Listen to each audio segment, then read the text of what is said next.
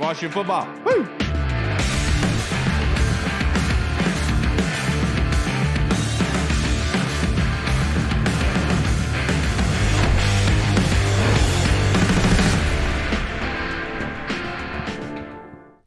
Hello, everybody, and welcome to the Burgundy Zone. I am your host, Kyle, and I'm joined by my two co-hosts, Michael Hall and Michael Reed. The Burgundy Zone is a part of the Frederick Podcast Network. You can find out more by going to www.listenfrederick.com. And now we are rejoined by Kelsey Nicole Nelson. How are you doing on this beautiful Monday evening, ma'am?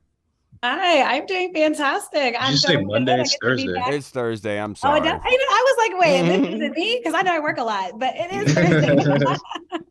Don't do that to me. I was scared for a minute. I was like, Kelsey's probably the one person you could probably pull that on because she does so much that she's probably like, oh my God, it's Monday. Wait, is it me? Is it the wrong day? I got to check my calendar, apparently. I'm all mixed up over here, Kelsey. My apologies. Too many things happening in sports. All good. I'm excited. Text one. So I'm in good spirit. Especially the way this week has gone, it's felt like a day, especially given with the news regarding the Commanders in NFL free agency. The title of this episode is called Obi-Wan Jacoby. So I want to ask you a question. Jacoby Brissett is an obvious big need. Backup quarterback was one that was talked about a lot. What do you think of Jacoby Brissett as a quarterback? Do you like his fit here in Washington? And what do you think his usage is going to be? Yeah. I think a lot of Commanders fans were doing this when the Jacoby Brissett news was announced because they're like, what do you mean? We get rid of Taylor Heineke. He goes off to Atlanta, wishing him the best, obviously, because he is a fan favorite. But, Ron Rivera has said since the beginning that he wanted a veteran quarterback in Washington. I think he wants that veteran leadership. Obviously, quarterback, they're so big question for the Commanders, right? And who that guy will be. A lot of people obviously liking Sam Howell. For me, I've seen too small of a sample size. I'm not one to get high on you super quickly. I need to see a play. You're playing with the big boys in the NFL. So, I'm not just going to get excited from an end of the season game or a preseason game, right? So I think Washington's looking at, Taylor Heineke before was that guy that was, able to kind of be that blue collar guy and step up to the plate. But Washington needs to do better. You look at the NFC East last year, and it was a good division last year. You have the Eagles obviously going to the Super Bowls, Giants, committing to Danny Dimes or Danny Dollars now with the way he got paid in New York. And so they've showed up. And then, the Dallas Cowboys, obviously, they fell short. But you look at this division, everyone's getting better. And I think they're just looking at, who's the guy that can be reliable. Taylor Heineke, again, I think we saw what he had. But I also think that Taylor Heineke probably wanted a bigger role. And I think he saw in Washington it was too much. We like you now, but now, not so much. And he probably got honestly tired of the wishy-washy. All of us do. It was a complicated relationship with him. So all in all, I think Jacoby is a safe bet for Washington. Is he going to be the guy? Maybe. If you watch Commanders football, anything can happen at that quarterback position. So it really is a next man up type of game. But again, you get veteran presence. He is a guy that has an arm. He can get the ball down the field. A tough guy, a bigger set quarterback, right? That is hard to bring down. So I think all in all, you get somebody that's rugged. Is he the best quarterback on the board? No, but Washington, they got him to be a backup. So all in all, I just thought it was kind of solid. You lose Taylor Heineke, you gain Jacoby Brissett. So no love lost, but hopefully I think for Jacoby though too, it's going to be special for him because I think he is really trying to finish up wrapping his career. How will he be defined? How will he be remembered? And so I think Washington can be a unique chance for him, especially when you get to work with a coordinator like EB and Eric Bieniemy. So I wouldn't be mad at all. No, and obviously Jacoby's deal is a 1-year deal, $8 million guaranteed. It's a tryout. $4.5 million of it was in salary signing bonus, so that means he's only on the hook for $3 million against the cap this year, which is obviously huge on top of it. Sorry, Reed. Oh yeah, and it's crazy to think about that. If he does end up starting any games, he will probably be the best quarterback that Terry McLaurin has ever played with. Like that's just that's what it is. But looking at what we've done so far, of course, adding somebody like Andrew Wiley along the offensive line. Do you expect there to be any more moves coming up shortly? Or what positions of need do you still think that they're going to try to address in free agency?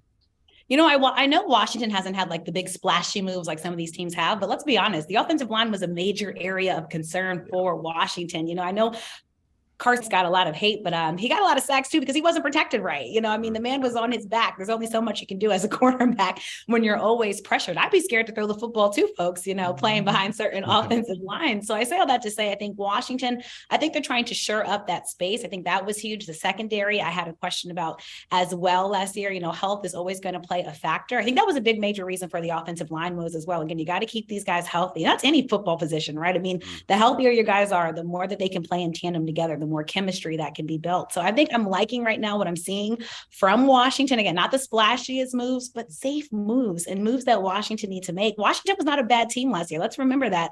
They were a Deshaun Watson and Cleveland Brown game short of making the playoffs. So I think all in all, Washington is doing what needs to be done. They're looking at that cap space, playing it safe. Because again, I think Washington knows the time is now. You bring in a new offensive coordinator that's bringing new breath of energy, but you got to get him key pieces. So again, not the flashiest moves, safe moves for Washington for whatever quarterback I think is going to be playing behind that offensive line. Because I don't care. At the end of the day, I don't care who you are. I know people wanted Lamar Jackson here in Washington. Don't see it happening. No, it would be nice. But all that to say, a quarterback, they want safety. They want protection so they can hopefully, be like Tom Brady and play until their 40s, which is very hard to do. But, if you don't get calls from the refs like Tom Brady, then you better be protected by that offensive line. So I think it's safe for Washington. I'm honestly not mad. I know the center position, some people were like, I don't know. Again, going back to the health aspect of things, but Washington's trying to save money and trying to get the right pieces. So I think, and the linebacker position, right? That was the other woe in Washington. Right. So I think they're addressing the major concerns that we had last season, which I think for me is a check off the check mark box. And again, of course, we'll have to see how things play out, but don't be too hard on this team, folks. They're trying. And at least we're seeing that they've been listening to what we've been talking. And they're taking care of their own too. Which is great, which is always great. Again, that chemistry that can be built.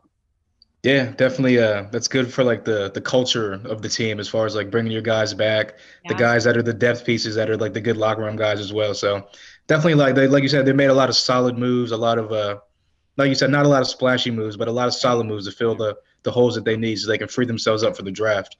But you kind of alluded to it as far as like who's going to be playing quarterback. I know there's a lot of been said about there's going to be a quarterback battle. Ron Rivera again this year goes into the season saying there's going to be a quarterback battle. Sam Howell's got to earn it. So my question is, do you think there's going to be a legit quarterback battle, or do you think it's pretty much Sam Howell's job to lose?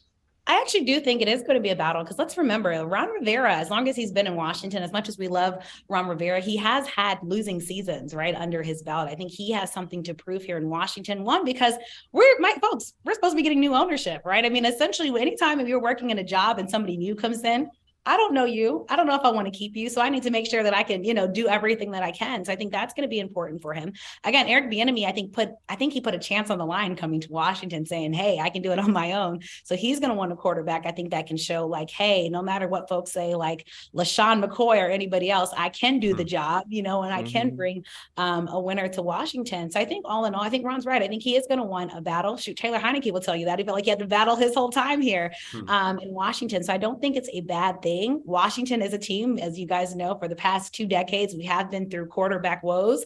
So this is nothing new for us, I think, to see a battle, but I do think it will be healthy, especially when you have receivers like a Terry McLaurin that you all alluded to earlier. He's going to want the best. And if I'm going to bring my best, I want to make sure that the team is committed to putting the best guy, on the field. We don't want any of that quarterback drama like the New York Jets had, last season. And that got messy. And we have enough messy in Washington, as you all know, from covering the team here. So I think a quarterback battle is healthy. I think Ron really is going to make sure that whatever guy is able to step up to the plate will be the guy. Again, because we've gotten the quarterback position wrong so often here in Washington. So I think this is finally a chance for us to turn the page, turn a new leaf. And for Sam Howell, this could be a chance to prove he is the quarterback, of the future. Will he be splashy? Will he make noise? Will we see more than we saw from the small sample size, the little bit that we got to see last season? Will they bring somebody new in? Will Jacoby Brissett say, hey, you know what? Now is my time. I liked what I was able to do previously, being a starter before that was retaken over in Cleveland, and all that to say, I like what I'm seeing from Washington to have a healthy quarterback battle, because I don't like a young guy just automatically being named a starter, especially again in Washington where playoffs are on the line. Like after last season, you got to have a bad taste in your mouth. If you are Washington, you bring back a guy like Deron Payne coming off a career season, essentially committing to this team. You look at the great story that Jeremy Reeves was, you want to continue that kind of Cinderella story. So I think Washington has to get it right. So make sure it's the man for the job. But I think also in Washington, it's also yours to lose, as we saw last season, right? I mean, different guys might step up. And I think Ron Rivera is not afraid to pull the plug if he's not seeing what needs to be seen from whatever quarterback gets the starting position in Washington. Yeah, and I wholeheartedly agree with that. But Kelsey, now free agency has kicked off. It started to go. The tampering period has passed. Yeah. Where do you rank Washington in the NFC East now? Obviously, the Eagles have lost some starters. They've retained some returning some players from last season. Obviously, the Cowboys are doing some mixing and matching as well. Where do you think Washington fills in there? Yeah, it sucks obviously to finish last season. You said the Eagles probably the biggest team to lose some pieces, but they still have Jalen Hurts. I think Jalen Hurts is only going to get better, so you can't put them at the bottom. I'm still iffy about Daniel Jones. When he's good, he's good. When he has okay games, he had okay games. Had his when he better plays way. us, he's good. I was gonna say he had better way against Washington. So I mean, usually does. Give it to him, right? I mean, give it to him. And what Brian Daboll was able to do. So I don't think you can put the Giants at the bottom. The Cowboys, again, I think Dak is another quarterback that has a lot to prove. A lot of conversation about losing Zeke. We all know Zeke 7 seasons with Dallas. Obviously his impact went down. You hate to see it, but the running back position, it's a hard position, to kind of keep for so long, especially with new healthy legs coming out the draft each year. So all that to say, Washington fans don't hate me for this, but I think right now we are still in that 4th place battle, maybe even 3rd. My bet is tied with the Cowboys. I'm not sold on Dallas. Dallas fans, yes, my Twitter is at the real K Nelson. I'm not afraid of the heat you guys like, to bring, but I don't think you can put Washington up high. One, because what we just talked about, we don't know who the quarterback's going to be. I can't put a team where I don't know who the guy, like Kansas City. There's a reason why they can puff up their chest, and walk around Kansas City like they are. They've got Patrick Mahomes. They have no worries. Even with a bad ankle, they still had no worries. We're still able to get a Super Bowl win. We don't have that confidence right now in Washington because we have questions. And again, with the ownership questions, I still have questions about the future of this franchise. So sorry, I got to put us at the bottom. Okay, that's fine. To wrap up, I should just cut it off there, Kelsey, but I'm not going to, of course. It's okay. Hey, I like that you're honest about it. But you are honest about it, and you usually are correct in that sense. I just hope you are wrong. But to wrap this up, I only have a couple more questions for you. You're from the area. You're an alumni of Clarksburg High School, along with myself, obviously in Maryland. What's the latest on Lamar? It's the biggest question mark in the NFL right now. A lot of people are scratching their heads. What's the latest that you've heard with Lamar Jackson?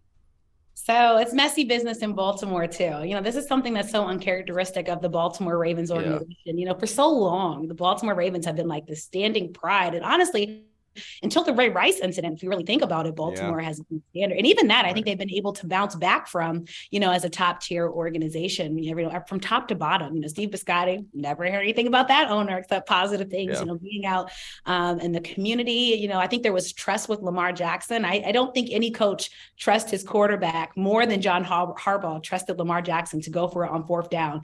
Even when it was like, coach, it's not 4th and inches, it's like 4th and 5. And Lamar looks at the sideline, John Harbaugh looks back at him and gives him that okay.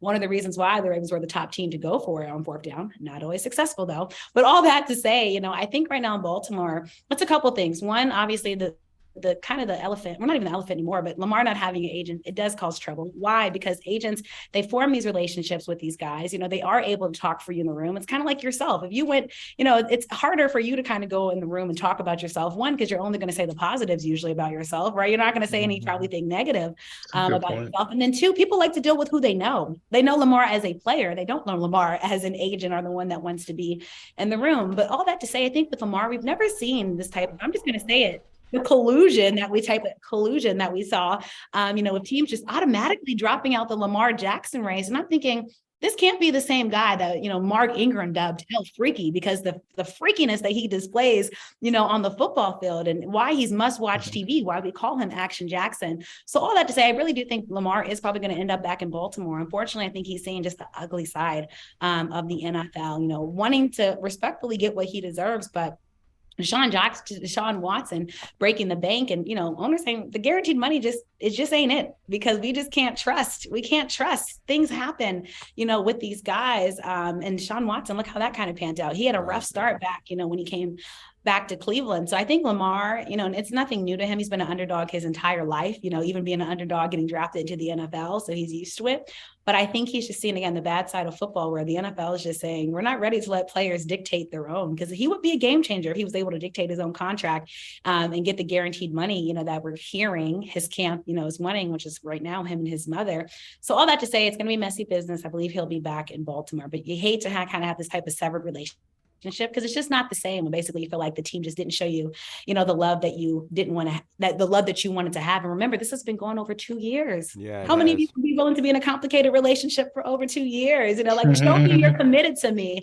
And I think that's what Lamar is saying. And essentially, Baltimore is saying, we're somewhat committed to you. That's why they put the non-exclusive tag on you, but not fully. But to be fair, Lamar, I think he does still have stuff to prove. People talk about his playoff record, blah.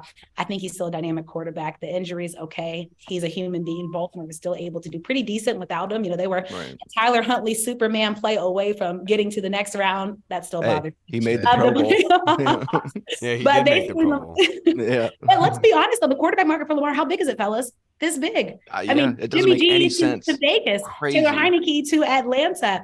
Aaron Rodgers is calling his own shots after smoking DMT in a hot tub. Right. It gets to go in dark places, 700 feet or 300 feet, whatever it was, and call the Jets Woody Johnson, the owner, and dictate his own terms. Lamar's not getting that special treatment in the National Football League. So all that to say, if you don't have the quarters out there, who are you going to be courted to? So it's bad business for Lamar, even though we know how great of a player he is. Yeah, because the unfortunate thing about Lamar is that he's basically handcuffed both arms behind his back, because the Ravens, even if, let's say the $250 million guaranteed is what he wants from the Ravens, that's forcing himself out, even if he would sign for less with another team, the Ravens would still be able to match it. So either way, Lamar's screwed. So that's why it sucks for Lamar, because it's essentially the Ravens are the ones stopping him from leaving. But Kelsey, I can't thank you enough for joining us and being able to talk some Commanders football as always. But before you get out of here, just like to plug your social media handle, just in case anybody watching would like to come follow you. Of course, at the Real K Nelson, come follow along, following all these free agency moves, everything NBA playoffs, and of course, March Madness. Always a great time with the fellas. Great to see you guys continue to put the DMV on the map, and I hope the Commanders make us proud. So I'll put a lot of nice Commanders tweets, folks, as long as they keep making. Okay, we'll make sure they know, Kelsey. I'll make sure to tell them. Have a good night, ma'am. Appreciate it. Thanks so much, everyone. Have Appreciate a great one. Bye. Thanks, everybody. We just spoke with the man. I absolutely love talking to Kelsey. She brings a different element to it, and I really do feel like she has kind of a good touch on what's going on with Lamar, because I think that is the biggest question in the NFL at the moment. But before we are joined by our next guest, I thought this would be a good time to go through our fan questions. And this first question is submitted by the Colonel, Mr. Michael Reed. Going to you first. With the departure of Cole Holcomb and the acquisition of multiple needs of free agency, will linebacker become one of the priorities in the draft? No, I still don't think that it is. I think that they went out there signing Cody Barton, who he put up some numbers last year. He played pretty well. And if you talk to Seahawks fans, the dude, when he makes a lot of plays, he does a good job. But also Washington I think Ben Standing reported that they only ran 3 linebackers on 4 total plays last year. On 4 total plays last year, they only had 3 linebackers. So I think that they're kind of set, and they like using those 3 safety sets. They still do got to get that third safety, unless they want to use Percy Butler. Maybe they're still high on him, but I don't think that linebacker is as big of a need as most people make it out to be, Mark Tyler, because it's just not. I do think he's fucking dumb. Sorry. He's just.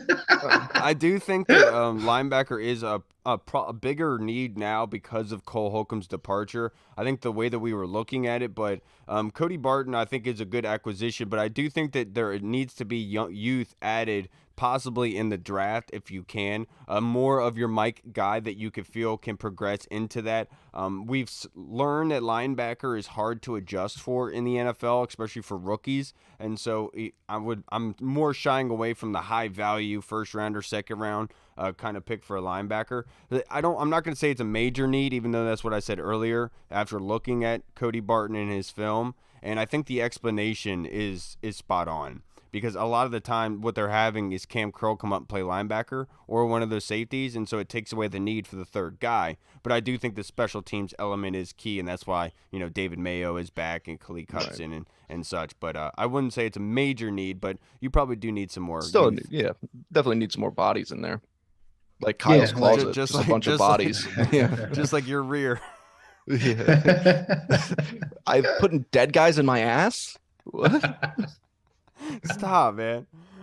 Just as Hall was about to answer that question, he's not going to now, because he definitely forgot what it was.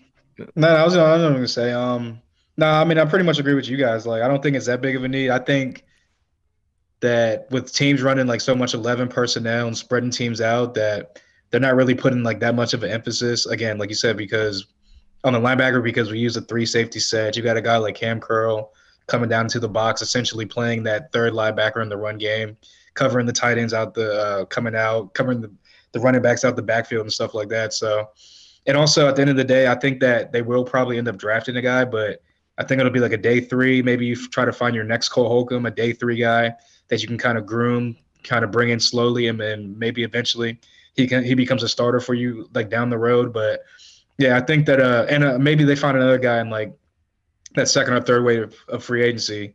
Maybe there's like another linebacker out there kind of lingering around that they think might fit that hasn't been signed yet, and then they bring him in to maybe like either be a starter or like maybe like that rotational guy. But I think for all in all, I think that the moves that they made them so quickly in free agency because they wanted to get their guys sewed up and ready to go and prepare for the draft.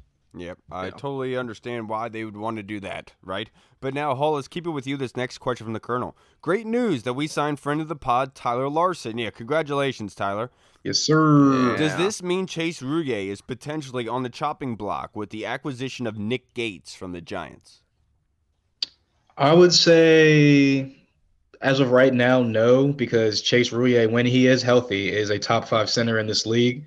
It's just the fact of can you stay healthy? Obviously, the last 2 years, season-ending injuries.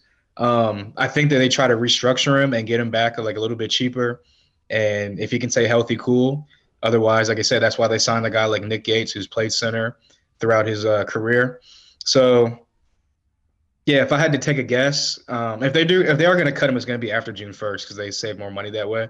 But I do think that they go to him and try to restructure just because he is so reliable. He's so smart up front. He's kind of that anchor in the middle for the rest of the line. And like I said, when he's healthy and in there, he's a top 5 guy. He just has to be able to stay healthy. Yeah, and this is the exact message that I would tell to Cameron Curl. Obviously, he's going to get a new contract. He deserves it, deserves all the money. But what happens when you get that new money is that it puts a target on your back, especially in these sort of situations. With Roullier expected $12 million this season, it puts a big target on his back, right? Because they just signed Nick Gates, was a pretty good deal, but that's somebody they can feel comfortable with starting at center. And even Nick Gates in his presser today, talking to local media, said that I expect to play center. And I would imagine it's not from an aspect of just a depth piece. And I think there is probably smoke to that fire. But if anything, that forces Chase Roullier to kind of do a contract restructure. If not, they're going to have to make moves. And I think it's smart not to make the move with Chase Roullier until these other guys, until you see what they look like in workouts in April, just to see where they are health-wise, right? And before you make any justification or move. But I would expect that this move is an indication that something is going to go on there. I wouldn't expect that number to stay there. Right. Especially if, because, I mean, we had heard reports, granted, I don't know if things have changed since Matsko got fired because we know how that was apparently him and EB weren't really seeing eye to eye on what to look for in an offensive lineman, what kind of offensive lineman that they wanted. But during the Senior Bowl, I mean, it was reported that we were scouting centers pretty heavily. I don't know how much to put into that now. I mean, maybe if they like somebody there, that they could still take somebody and then move on. And if not, maybe they can keep around Roullier. But if not, you're gonna have to wait till after June 1st because that's when we save the money. But he's probably gonna end up being gone, I would imagine. Yeah, I know that they tested out with Cody Mock, and it was a lot at center for him. Oluwatimi from Michigan, another center that's in the prospects, was somebody that they met with and worked out. So that would obviously be something that would be key that we would all really like to have and everything. Now, this next question is from the Twitter. We asked on there, and Steve Fox got us back here. He asked, do you think we will take an O-lineman at 16 now?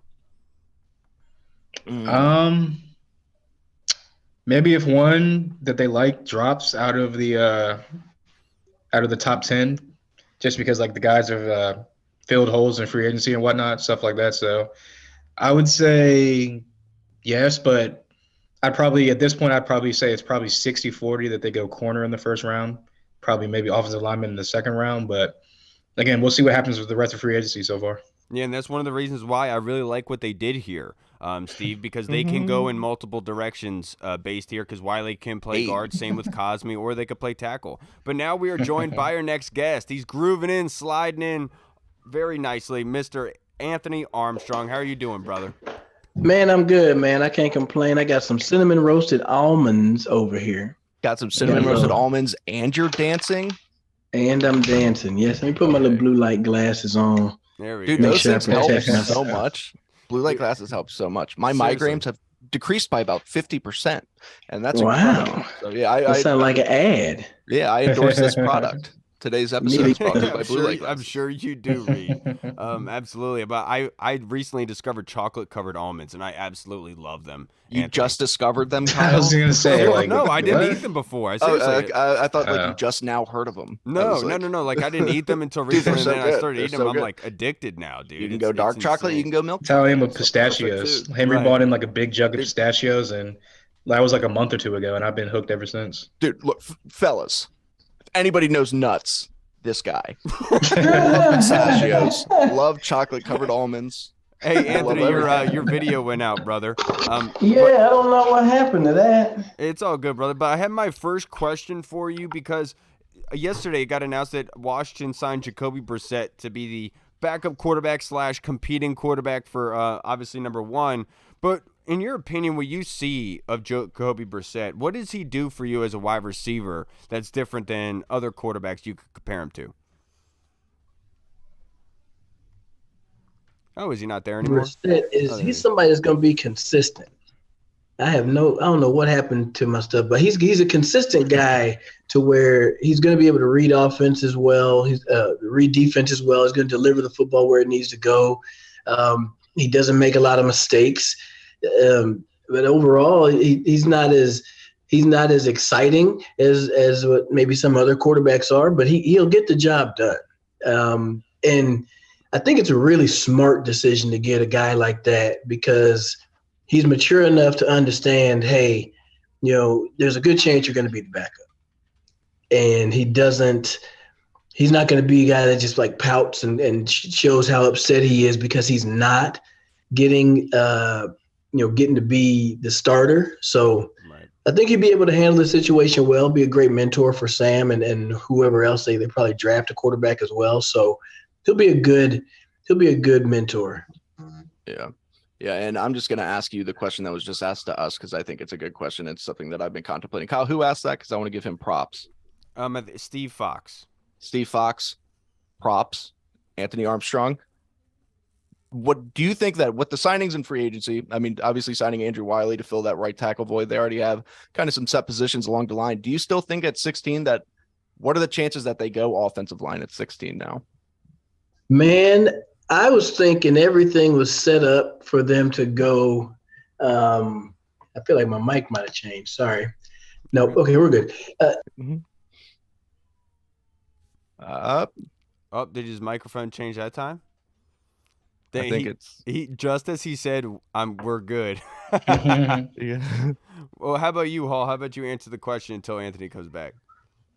Paul just answered it. Yeah, I did. I think they go cornerback, but I think it's 60-40 at this point. But you got to see what they're going to do in the rest of free agency. It's tough, yeah, because the offensive tackles, unless something happens with Charles Leno, I don't see it really happening. But that's a possibility too, isn't it? I mean, that they could eventually move on from him and one of those left tackles falls. But can you hear me now? Yeah, we can hear you now. Okay, I'm back. Your input's more important. I'm having all this technology issues. The thing about the going O-line is I think you got to really feel like that person is top notch. Hell, every time I play with the mock drafts, Skaronski's very rarely there. The guy out of Northwestern. So to me, it's the signings that they've had. It allows them to really either sit pat at 16 and just wait for a good player. And I feel like more likely they'll probably end up falling back into the mid to early 20s, maybe pick up an extra pick in the third round or something like that. Cause I feel like the way things are going to play out, maybe none of the corners are there and your best bet is to just back up and then get more value, picking in the mid 20s rather than trying to get a guy that, really could fall to almost a second round. Getting him in the mid 20s is a lot better there than trying to do it at 16. Right. I got you. Yeah, definitely. So in the beginning or before free agency started, they freed up some space by signing Daron Payne back to the long-term deal after putting the franchise tag on him. My first question is, how surprised are you that they got the long-term deal done? And my second kind of question branched off of that is, when you see guys like Jonathan Allen and Daron Payne and guys that are that have been here, kind of like grow in the organization and then get paid after Ron Rivera comes out and says, like, if guys put in the work, we're going to reward them. What does that do for like guys in the locker room as far as like morale and like just the overall I guess like the vibe of the team? Yeah, culture. Man, yeah, that's the word I was looking for. That's a great question. I was just talking. Come on, man. You know I come with the great questions. You do. You always have some solid questions, man. I appreciate it all. First off, man, I'm not surprised that they got Daron signed because recent history shows that they're gonna get their guy, keep him in the building. I mean, you look back at Terry McLaurin, and they got that one done. People were a little worried, but he got it done fairly easy. Didn't have to miss a whole bunch of offseason work. So. That's exciting to see. It's exciting to see Daron want to stay in Washington, but I think the sense of urgency behind putting the tag on him and then getting the deal done, I think it sends a message throughout the rest of the locker room. I mean, Chase Young should be paying attention, saying, "Shoot, they did this exact same with Daron. So if I just show up and do my thing, I'll be in the same situation where I'm going to be able to, make a lot of money." So. It lets me know, number one, that the team is going to take care of their guys if you perform. I mean, there's nothing wrong with having a little challenge. And then on the other side, those two guys coming back lets me know that things are better, regardless of what those NFLPA surveys said. Things got to be going in the right direction inside of that building, regardless of what the on-field performance is. Like, I mean, the record's been relatively the same over the past 3 years, but you can't tell me you keep two superstars and you lose one in Brandon Sheriff, and they kind of inherited him. So to me, things are going in the right direction, and I think things are looking up in Ashburn, really. Yeah, their trainer's got an A+. Imagine what it would have gotten when old boy was slinging them perks back in the day. Remember that? When you got arrested? Oh, man. He's like, I'm out of here. They would have gotten like an A++ for that one, dude. He's stupid. Now, That's Anthony, sick. my next question for you. With Eric Bieniemy coming here, because I personally believe that, he brings a kind of nastiness, a kind of tenacity, ferociousness to this offense. Do you believe that that Eric Bieniemy, the real EB, brings a change of philosophy to this offense? Absolutely. I think he's going to have a major effect on the team. Like, most teams have a coach that like everybody vibes with. You know what I'm saying? A lot of times it's a special teams coach because he has to work with, 75% of the roster. But a lot of times you have that real cool offensive coach or defensive coach that everybody can like chop it up with. They're going to give him some dap when they get on the field. And I feel like EB is going to be that guy. I think his attention to detail and accountability on the offensive side is going to make the defense step up, or else you're going to get made a fool of every single week in practice. So they're going to want to step up. There's going to be some chirping going back and forth. The wide receivers and DBs are going to compete. That stuff works its way down from the top, and it's going to work its way over to the defense as well. So when you walk in, you got 2 Super Bowl rings, you've had recent success. People pay attention to what you got to say, whether it's offense or defense. I got you, dude. Now, to wrap this up, Anthony, I only got a couple more questions for you, brother. But now that J.D. McKissick has been released, unfortunately, from the Commanders. Kyle. Brother. You sounded like Hulk Hogan. Yeah, brother. Now that J.D. McKissick is gone, what do you think Washington should do in the running back room? Do you think they should go down free agency, like maybe like Jerick McKinnon, or should they go down the draft like an undrafted free agent or a late rounder? I think it's a position that they're definitely going to have to look at probably 3rd round and on. There's going to be some quality players. And I mean, shoot, Bijan was trending on Twitter, and it seemed like every team was like saying, with this pick, they're going to select Bijan Robinson, and hell, he's probably going to be there at 16. He's probably going to be there at 16. I think that you at least have to stay in front of Dallas if you feel like they're going to try to take him, right? like we said, the way they've kind of addressed the offseason, and I think even picking up Cam Dantzler off of waivers is a solid move. You know, he may not be coming in and be a starter like day one, but he's played in this league. Yeah. And so if all those corners are gone and there's not an O lineman that you love, you may be able to sneak a Bijan Robinson, drop back a couple of picks, pick up something else. And I mean, the dude's electric. He's a playmaker. So I feel like right now things are probably fluid, man. They're just like, let's see what happens. They're not like they're necessarily looking for a starter. You know, they're not trying to go get a home run hitter. But if Bijan Robinson's sitting there at 16 and you look around the room, you get the nod, I say go ahead and pick him. But you know, they'll probably lean free agency in my eyes. His tape is so good. It is. Now, my next question for you, Anthony, what are the major holes on the roster now after the initial waves of free agency?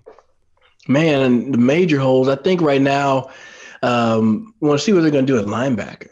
You know, there's a lot of vets that are out there. You know, Bobby Wagner obviously tops that list. I don't know if he would want to come out there to Washington. I mean, he may be trying to stay. He's been on the West Coast his whole career. That's one. But he may be trying to stay with a team that's going to be competing more for Super Bowls, like straight away. So, I mean, yes, I know, you know, the goal is to get to the Super Bowl, but I mean, you coming from a year you didn't make the playoffs. So try to make a splash for not Devin Bush, Bobby Wagner. That may be tough. But speaking of Devin Bush, you know, he's an athletic guy. You know, he may be similar to Jamin. I don't know, but you got some vets that are out there. I think linebacker is the big one. The second one is corner a little bit, but I mean, you're just waiting for BSJ and see how he gets back on the field. Corner would be for depth purposes. And then I really think you could afford to get another O-lineman. I got you, Anthony. I can't thank you enough for joining us, brother. As always, being able to talk with us about this Jacoby Brissett move, I absolutely love it, brother. But before you get out of here, if you just like to plug your social media handle, just in case anybody watching would like to come follow you. Yeah, check me out on Twitter, folks. Mr. Armstrong 13, and Rated Armstrong on Facebook as well. So, hey, and I think maybe on like Candy Crush as well. How about that deep touchdown pass against the Green Bay Packers that you caught? That was player. That was player. That was a big time catch, man. That was a big time catch. That was. I saw it on Instagram. I was like, that's Anthony. You know, I have it, dude. I have it upstairs. My buddy Matt Butler gave it to me for poker night. And I was like, oh, I'm going to show Anthony this, dude, the signed picture of him, his first career touchdown, which is awesome. Man, what blows my mind and makes me feel old is like now, every now and again, I'll get a message on like Instagram or something. They're like, oh, man, I used to watch you when I was like 7. And I'm like, dang. Well, I appreciate the love, man, and get those grades because you got graduation coming up. Wow. So, I'm going to be 40 now, but I don't know. I appreciate the love, man. Everybody hit me up on Twitter and Instagram. I'll holler at you. I'll chop it up with you. I appreciate you as always, Anthony. Have a good night, brother. Appreciate it. All right, brother. All right, everybody. We just spoke with the man, Mr. Anthony Armstrong. I love having him. Anthony's the best. Yeah. After next time we have him on, I'm gonna ask him like, "Yo, you ever come to Commanders games? Because if you do, we're gonna link up and like meet up." He's gonna say seems like a cool dude to like chill and drink a beer with. No, he just says that he likes your questions. He doesn't actually. Yeah, I know. Look, I've already like privately DM'd him. We're like this. Like Reed and Logan were like. I was about to say, just like Logan? Reed and Logan were like me and Anthony are like this. He has a restraining order against you? Not yet. Okay, well, it's coming. If he's anything like Logan, bitch ass, then it's coming. And now I feel bad after Anthony broke down linebacker for saying somebody was dumb earlier because I know the real reason why everybody likes. You know. I know the real reason why everyone likes Devin Bush. I think you guys need to get your head out of the gutter. Love Bush. Bush. I know. I get it. Now, this question from Steve Fox, I wasn't able to answer it. Do you think we will take an O-lineman at 16? I do think the option is available. I think what I like about the moves is it puts them in a position where they could move Wiley at guard or Cosme to the other guard spot, or if they wanted a right tackle, or they could draft a center if they truly wanted to, like John Michael Schmitz, for example. So I like what they did here at 16 because they can go in any direction and it's not forcing them in any way. And I really like that. So I would not mind if they did go to 16. But now, Hall, this next question from Awesomeness Sports. Who do you think we are going to draft? I mean, that's hard to tell just because you don't know how the draft's going to like shake out as far as like who takes who. Obviously, there's always going to be trade ups and trade backs. So, but if I had to guess, my dream pick would be obviously Christian Gonzalez, but I don't think he's going to slip all the way down to 16. Everybody's got to be jocking me, bro. Christian Gonzalez has always been that dude. I think he can go top 5. I wouldn't be mad if we had I like Joey Porter Jr. a little bit more than Witherspoon, just because I feel like Witherspoon's a little bit too handsy for me coming out of Illinois, just because like they're both handsy. I know they're both handsy, but I just feel like he's a little bit more. But I do like his physicality coming up in the run game as well. But I like the length that Joey Porter Jr. presents also as well. Pause. So yeah, I would go length. Yeah, I would go I'd say Witherspoon. For me, I have probably a good list of people, but if they go offensive line, the 3 I only am cool with is Anton Harrison, who's my left tackle, number 1. I think he is your best looking left tackle to transition into the professionals that only plays left tackle. With the right tackle, I think Darnell Wright and DeJuan Jones could easily be there for you if you trade it back into the mid-20s, because my whole dream scenario is getting an extra first-rounder next year, right? Well, being able to supply your offensive line with some future picks in being with DeJuan Jones or Darnell Wright, where you're really pushing our offensive line to putting the best guys out in the field, I would absolutely love that. So with corner, Christian Gonzalez was always my number 1. I tried to keep it quiet, but of course Reed would always blow that up for some reason on here. But yeah, I think that he's the best corner in the draft. Sure, it wasn't like all his tape and like his combine that just like didn't blow him up. No. Did you guys hear what Kyle from the Burgundy said? No, I mean, I said it before the combine. I said it before all that crap. You did. You were the first person that I heard say that he was the best one in this class. I know, but it's cool. It's whatever, dude. I don't get any credit for it. I'm just giving you with Witherspoon, I really like Witherspoon. I would absolutely love him here, along with Joey Porter. They all have their weaknesses, of course, but I think those are like the 6 guys I'm really keying in on and really taking a gander at. Yeah, and I mean, just the Devin Witherspoon thing, I think he's probably my number 1 right now. I mean, his positional versatility to play inside, which is really what we need at the moment, and he can also end up moving to the outside once Kendra Fuller, hits the road. But he's very good. He's very physical, and that's the thing with Porter. I like Porter. I wouldn't be mad with Porter at all. I'd obviously Christian Gonzalez would be my dream scenario, but he's going to be gone. But Joey Porter doesn't really. He's not really, at least he hasn't done it yet, really sliding inside and playing that nickel role. And that's something that I think is very important right now. And I really like Witherspoon. But yeah, along the O-line, I'm kind of with you, Kyle, where like a lot of these guys, like Skoronski doesn't really do it for me. Just his short little T-Rex arms and stuff. And I think he'd probably slide inside and play guard. I'm okay with Paris Johnson. Like I get it with his attributes, but I would kind of key more in on like a DeJuan Jones, Darnell Wright type, just a big old mauler. I like the big guys. Okay, I like the big guys. Now this bear. This next question is from Orange Crush 92, and it's a very, very good question. Shocker. Going to you, Orange Crush always has good ones. How does Cody Barton compare to Cole Holcomb? They're both white. We can start there. White. That's true. One has a mullet, one doesn't. But I'm sure Barton could probably grow one if he wanted to. He does have a mullet, you just can't see it. Okay. It's a mullet in training. It's a ball mullet. It's on his way. Yeah, that's kind of sick. Now, honestly, to me, I think Cole Holcomb is a little bit more polished at the position, but just because he's had more reps, he's had more starts than Barton. Barton's first couple of years in the league, he was more of like a special teams guy and like a rotational guy, but obviously last year he played like a whole bunch of snaps for Seattle. But yeah, I was thinking. I think Cole's a little bit more polished right now as far as like the linebacker as a whole. But I do think that they made the signing for Barton because they saw like how he was like I guess trending upwards, and maybe they think that like we were talking about before, like we started recording. Maybe they think that they can get the best out of like the average to like a little slightly below average type of guys.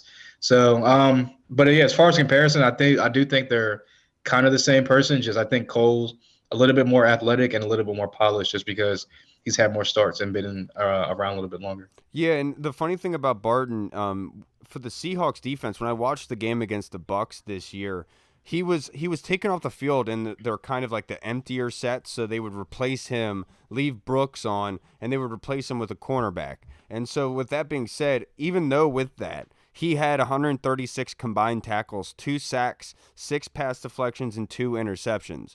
So that telling you that he's not on the field for all 3 downs, and he still came up with 136 tackles, in which I can understand from Ron Rivera's perspective at saying, we want to bring that guy in because if we do give him those 3 downs, then he's going to be even more productive than he was before. But I think that him and Cole Holcomb are very similar in the sense that they relatively know where to go to the hole, but they have a hard time at being able to get there, like kind of like Reed, where he needs a little bit of assistance. If he's clean, if there's a clear path, he's good to go. But there's a little bit blockage there, like Devin Bush, he's going to be stopped from being able to get there.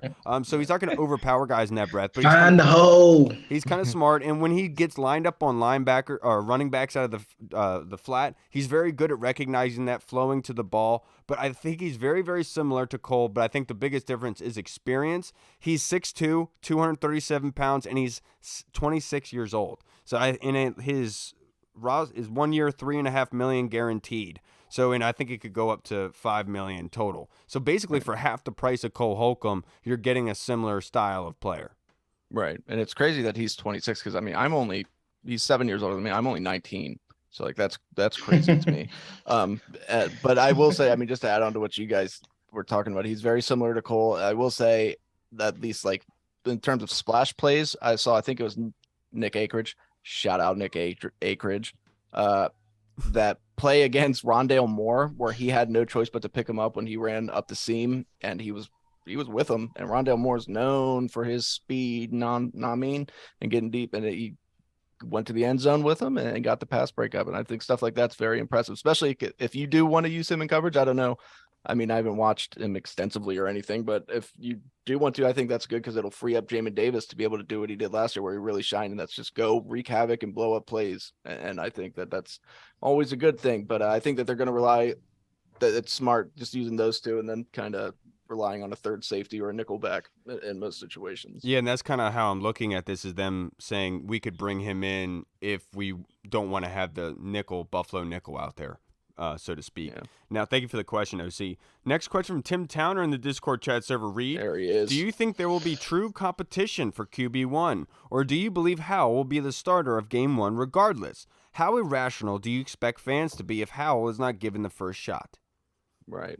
So first of all, I will say, I know Sam Howell, he's a young guy. He's going to be learning a new system. That's tough. But John Lehman, the boy, said, he brought up a good point. He said Sam Howell's not a 5th-round pick. He's a second-year pro at this point. So he's no excuses at this point. He played decent. He's shown to himself, at least, I mean, he still has a lot more to prove, that he can play in this league. So I think that there will be a bit of true competition. I would expect Sam Howell to win, but Jacoby Brissett's not a slouch. Jacoby Brissett's a good quarterback, and it's all about who picks this offense up first and fastest. I would imagine that they would want to give Sam Howell first crack at it. Like, I think that they would be a little bit more lenient towards him, but Jacoby Brissett could come in there, man, and he could light it up, and he could pick up EB's offense like that, and he could just be a better fit. So it's tough to say. I would think that I'd like to think that they'll give them a legit shot because Ron knows how important this year is.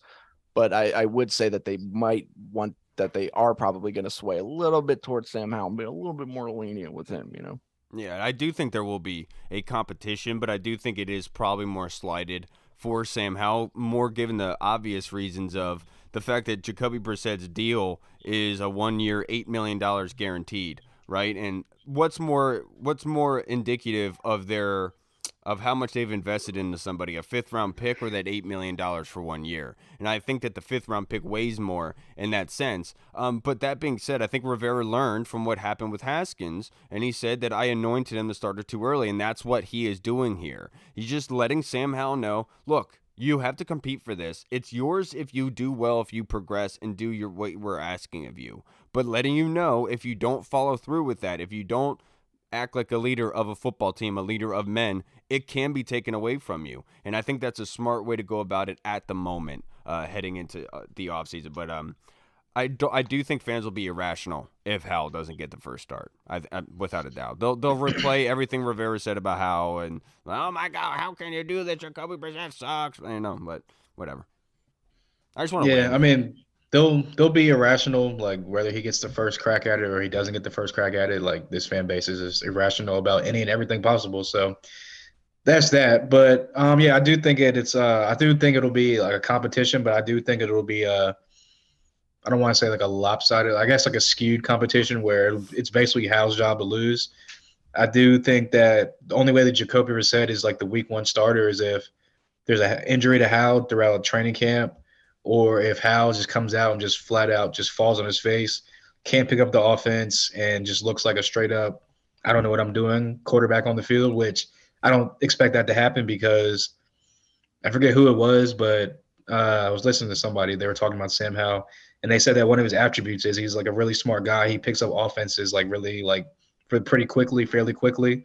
So I expect him to pick up EB's offense fairly quickly. I expect him to put in the work to be the quarterback 1. And I just feel like a guy like Sam Howell, who's a starter at UNC, he knows what it takes to, obviously different game, college and NFL, but he knows what it takes to like put in the work to become the starter. Like he wasn't just anointed when he came into UNC. He had to put in the work to be that guy, and he had to put in the work to keep his job. So I do think that he's going to come out, pick up the offense. He'll be the week 1 starter, pending some random injury or. Yeah, I would just put it at injury, honestly. I don't think there's any way he's not the starter other than injury. He needs to put in that work and eat a steak. You know what I'm saying, Reed? Now this next question from Andy Lockhart in the Discord chat server. Oi! Eat that meat. Orlando Brown Just like Kyle on the weekends, baby. Orlando Brown Jr.'s contract. See how I alley-oop that to you? The walrus. Orlando Brown Jr.'s contract at Cincy is insanely low. Do you think we should have pursued him, which would have fixed the O-line problem even before the draft? It's Orlando Brown. Shout out, first of all. I like what the Bengals did, not being satisfied with their offensive line. So that was a smart move for them. But that's the Bengals. You know what I'm saying? But it's interesting because Orlando Brown, apparently the rest of the league, like most people, view Orlando Brown as a right tackle. He wants to be paid like a left tackle. Did he get that? I don't know. For a 4-time Pro Bowler and a Super Bowl champion, but his play style seems to be more of a right tackle, but he wants to be a left tackle, and hey, if that's what he wants. So I don't know if he would really fit. If he wouldn't play right tackle, that's then like they already, I think, want to roll with Charles Leno, at least for right now. So I think that they're just like, let's just go cheaper with Andrew Wiley. But yeah, I like Orlando Brown. Cool guy. Shout out to him. Shout out to his family. But, what are you going to do? Yeah. I don't know. So the asking price that he would go to the Bengals, which would be in his eyes, obviously they were in the AFC championship, like they went far, right? And so he would obviously take a lower deal to go to the Bengals, wanting to be a part of that situation. Is that the same here? I'm not sure because of Eric Bieniemy and all that. So I can't guarantee that we would have signed him for that price. Yes, that 16 mil looks low because maybe because he wanted to be a part of that situation. So that's why I'm kind of looking at it saying, look, that would be awesome to have, but it's no guarantee that he would have said yes to that offer from Washington. But look, would that have fixed the O-line? No, I don't think that would have fixed the O-line. Would have put him in a really good position though, to be able to do that. But I'm not really that concerned about Orlando Brown, to be perfectly honest with you. I'm looking in other avenues. I'd rather draft and pay big money for one of those guys. Yeah. First of all, shout out to him because he's going from Lamar Jackson to Pat Mahomes and Joe Burrow. Yeah. Yeah. Oh, yeah. Joe Burrow, like, dude, that's ridiculous. Sick. But yeah, He's now the hottest He's got the hottest quarterback in the NFL, dude. No, Tom Brady's retired. Joe Burrow's a stud. I guess. I don't Macaulay know. Culkin grew up, man. Oh, come on. He's a good-looking guy. Yeah, sure. Just acknowledge it, Hall. You're just being a hater at this point. Just say yes. Just say Joe's He's so dreamy, I forgot what I was going to say. See Thank what you did, Reed? There you go. I'm sorry. There you go. All your blood was down there.